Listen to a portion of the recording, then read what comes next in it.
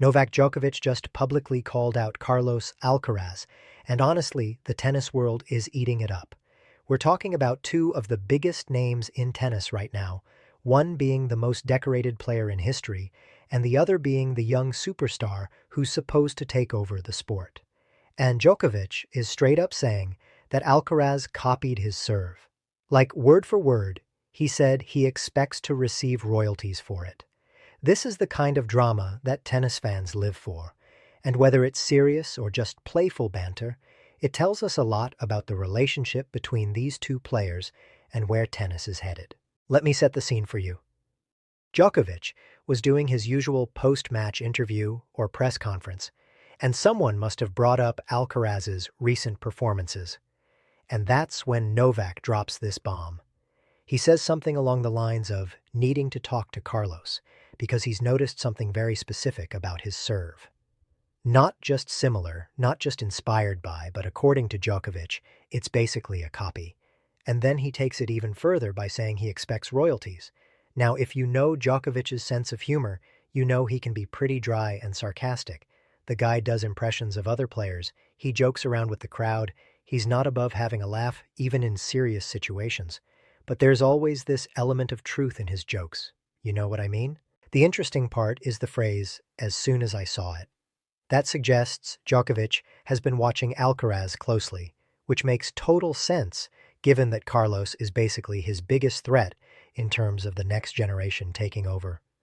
Djokovic has spent years battling Federer and Nadal for supremacy, and now that they're both essentially retired or dealing with injuries, the question becomes who's going to challenge him next, and all signs point to Alcaraz being that guy. So, of course, Novak is watching. Of course, he's analyzing. And if he sees elements of his own game showing up in Carlos's arsenal, he's going to notice it immediately. But let's talk about what this actually means in terms of tennis technique. Serving is one of the most personal, individualized aspects of the game. Every player develops their serve over years of practice, and it becomes as unique as a fingerprint. You can watch a serve without seeing the player's face and often tell who it is just by the motion, the toss, the follow-through. Roger Federer's serve looks different from Rafael Nadal's serve, which looks different from Djokovic's serve, which looks different from Alcaraz's serve, or at least it used to look different. Apparently, something has changed, and Djokovic noticed it right away. Now, when we talk about Djokovic's serve, we're not talking about the most powerful serve in tennis history. That's not really his thing. He's never been the guy who's going to blow you away with 140 mph bombs down the tee, although he can definitely hit big serves when he needs to. What makes Djokovic's serve so effective is the placement, the consistency, and the tactical intelligence behind it. He knows exactly where to put the ball to set up the next shot. He uses his serve to create angles that open up the court for his incredible ground strokes. It's a chess player's serve, not a power hitter's serve. And if that's what Alcaraz has been incorporating into his game, that's actually a really smart evolution. Think about where Alcaraz came from in terms of his serving. When he first burst onto the scene, his serve was good but not great. It was his ground strokes that got everyone's attention, that forehand especially. The kid could hit winners from anywhere on the court. His speed and athleticism were off the charts, and his competitive spirit reminded people of Nadal, but the serve was considered a work in progress. Fast forward to now, and we're hearing from Djokovic himself that Carlos has made some significant changes that apparently mirror what Novak has been doing for years. The royalties comment is obviously a joke, but it's also Djokovic asserting a kind of ownership over this particular technique or approach. It's him saying, I did this first, I perfected this, and now you're using it.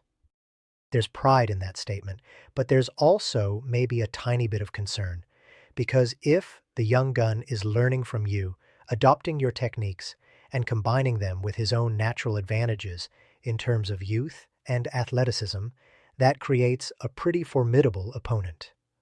Djokovic is smart enough to recognize that. He's not afraid of competition. The guy thrives on it. But he's definitely aware of what it means when someone like Alcaraz starts adding pieces of the Djokovic toolkit to his own game. You have to appreciate the meta level of what's happening here too. This is a 36 or 37-year-old champion who's still at the top of his game, publicly acknowledging that the 21-year-old who everyone says will replace him is studying his techniques and incorporating them. It's like watching the passing of the torch in real time, except the older guy is still holding onto the torch pretty damn tightly and has no intention of letting it go anytime soon. Djokovic is still winning Grand Slams, still ranked at the top of the game, still pushing his body to compete at the highest level. But he can see what's coming. Everyone can see what's coming. Alcaraz represents the future of tennis, and if he's learning from the best in the business, that future is coming faster than anyone might have expected. Let's also consider what this means from a coaching perspective. Juan Carlos Ferrero, Alcaraz's coach, is obviously working with Carlos on every aspect of his game. If they've made adjustments to the serve, it's because they identified it as an area where improvement was needed. And who better to learn from than the guy who's won more Grand Slams than anyone else in history?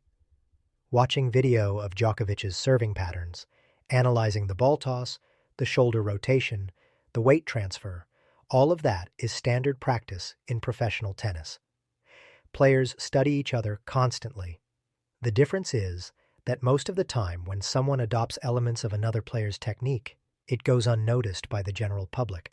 But Djokovic is calling it out directly, putting it on blast for everyone to hear. There's something both generous and competitive about this move from Djokovic. On one hand, the fact that Alcaraz is copying him could be seen as a compliment. Imitation is the sincerest form of flattery, right? If the best young player in the world is looking at your serve and thinking, that's what I need to do, then clearly you're doing something right. On the other hand, by calling attention to it publicly and making the royalties joke, Djokovic is also establishing dominance in a subtle way. He's saying, I see you, I know what you're doing, and I'm still the original. It's a power move disguised as humor. The relationship between Djokovic and Alcaraz is fascinating to watch develop. They've played some incredible matches against each other already. That Wimbledon final a couple years ago was an instant classic.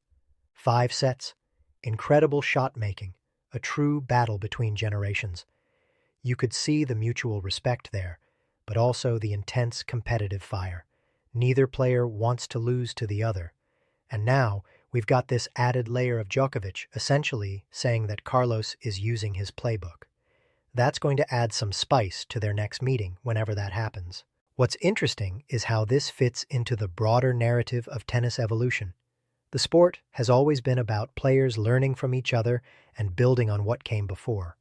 Federer took elements from Pete Sampras and made them his own. Nadal developed his game partly in response to Federer's dominance. Djokovic came along and figured out how to beat both of them, incorporating defensive skills that nobody had seen before at that level. And now, Alcaraz is looking at all of these legends and cherry-picking the best parts of each player's game. His movement reminds people of Djokovic. His competitive spirit and physicality echo Nadal. His aggressive shot-making has shades of Federer, and apparently now his serve is channeling Novak too. This is what makes Alcaraz so dangerous and so exciting to watch. He's not just relying on his natural talent, although he has plenty of that. He's actively studying and learning from the best players in history, all of whom he's actually competed against. That's a unique advantage. Federer never got to play against Sampras in his prime. Nadal never got to test himself against Bjorn Borg. But Alcaraz is right there on court with Djokovic, seeing firsthand what makes the Serbian champion so effective, and then going back to the practice court to incorporate those lessons. The "we need to talk" comment from Djokovic is particularly funny because it sounds like a parent catching their kid doing something they shouldn't be doing, like a disappointed father figure about to have a serious conversation. But in reality, what could that conversation even be? Hey Carlos, stop copying my serve. That would be ridiculous. You can't copyright tennis techniques. There are no intellectual property rights on how you toss a ball or where you aim your serve. But the joke works because everyone understands what Djokovic is really saying. I see you trying to be like me, and it's both flattering and threatening, and I'm going to make fun of you for it, while also letting you know that I'm aware. Social media is probably going crazy about this exchange. Tennis Twitter and Instagram are gold mines for this kind of content. You've got the Djokovic fans, who will defend him no matter what, saying he invented every good technique in modern tennis. You've got the Alcaraz fans, who will say their guy is just being smart by learning from the best. You've got the Federer and Nadal fans, who are probably just happy their guys are being left out of this particular drama. And then you've got the neutral fans, who are just enjoying the show and hoping this leads to more great matches between these two players. The timing of this comment is worth noting too. We're presumably at a tournament where both players are competing, or at least during a period where tennis is very much in the public consciousness. Djokovic doesn't make random comments for no reason. He's too calculated for that. If he's bringing up Alcaraz's serve now, it's because he wants it to be a talking point.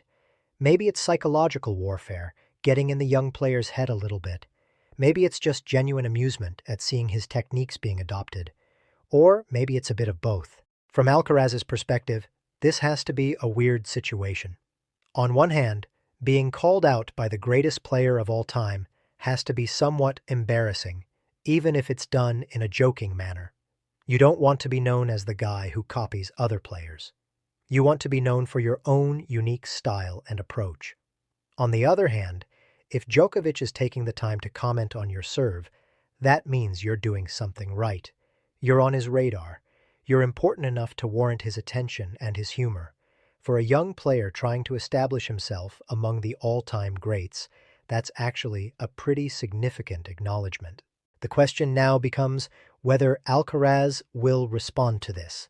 Will he make a joke back? Will he downplay it and say he's always worked on his serve in his own way? Will he lean into it and say, yeah, he's learning from the best?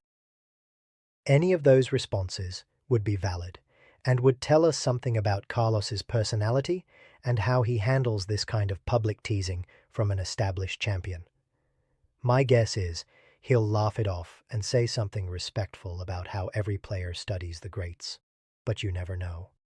Maybe he'll fire back with his own joke about Djokovic copying something from the younger generation. What's undeniable is that these moments between tennis generations are what make the sport so compelling. We don't just care about who wins and loses.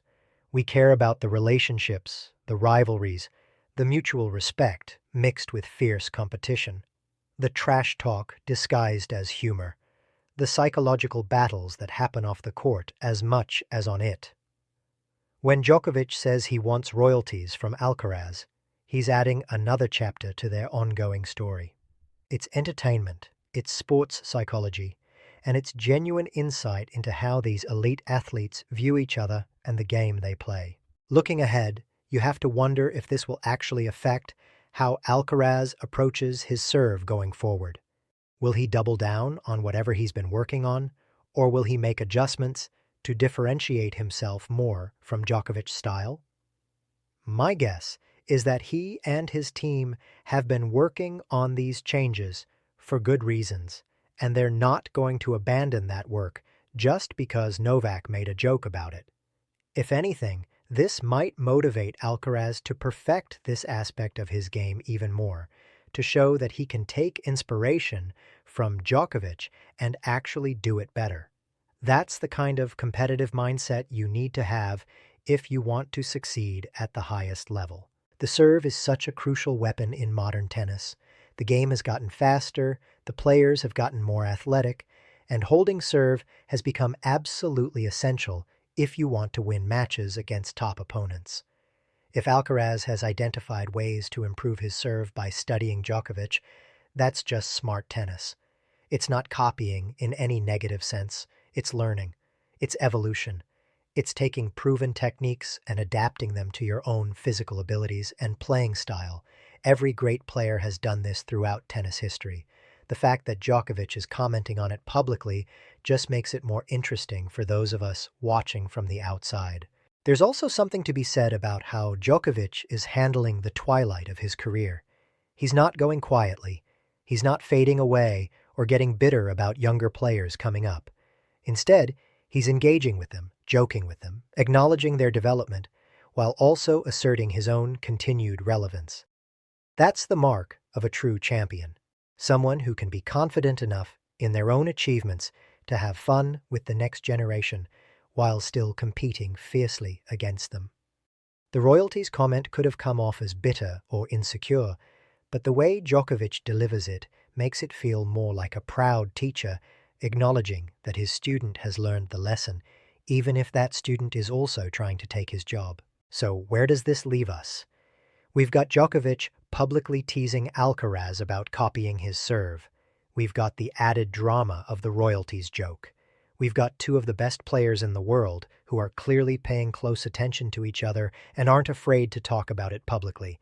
And we've got the tennis world eagerly waiting to see what happens next. Will Alcaraz respond? Will this affect their next match? Will we see Djokovic start adopting elements of Alcaraz's game and then demanding his own royalties back? The possibilities are endless, and that's what makes this sport so much fun to follow. At the end of the day, this exchange between Djokovic and Alcaraz is about more than just a serve. It's about legacy, respect, competition, and the ongoing evolution of tennis. It's about an old champion refusing to be forgotten, while a young star tries to forge his own path. Even if that path occasionally runs through territory the old champion has already mapped out. And it's about the fact that at the highest level of any sport, everyone is watching everyone else, learning, adapting, and trying to find any edge they can. Djokovic saw that edge when he looked at Alcaraz's new serve, and he couldn't help but call it out. And now we all get to enjoy the drama and wait to see what comes next in this evolving rivalry between two of tennis's biggest stars.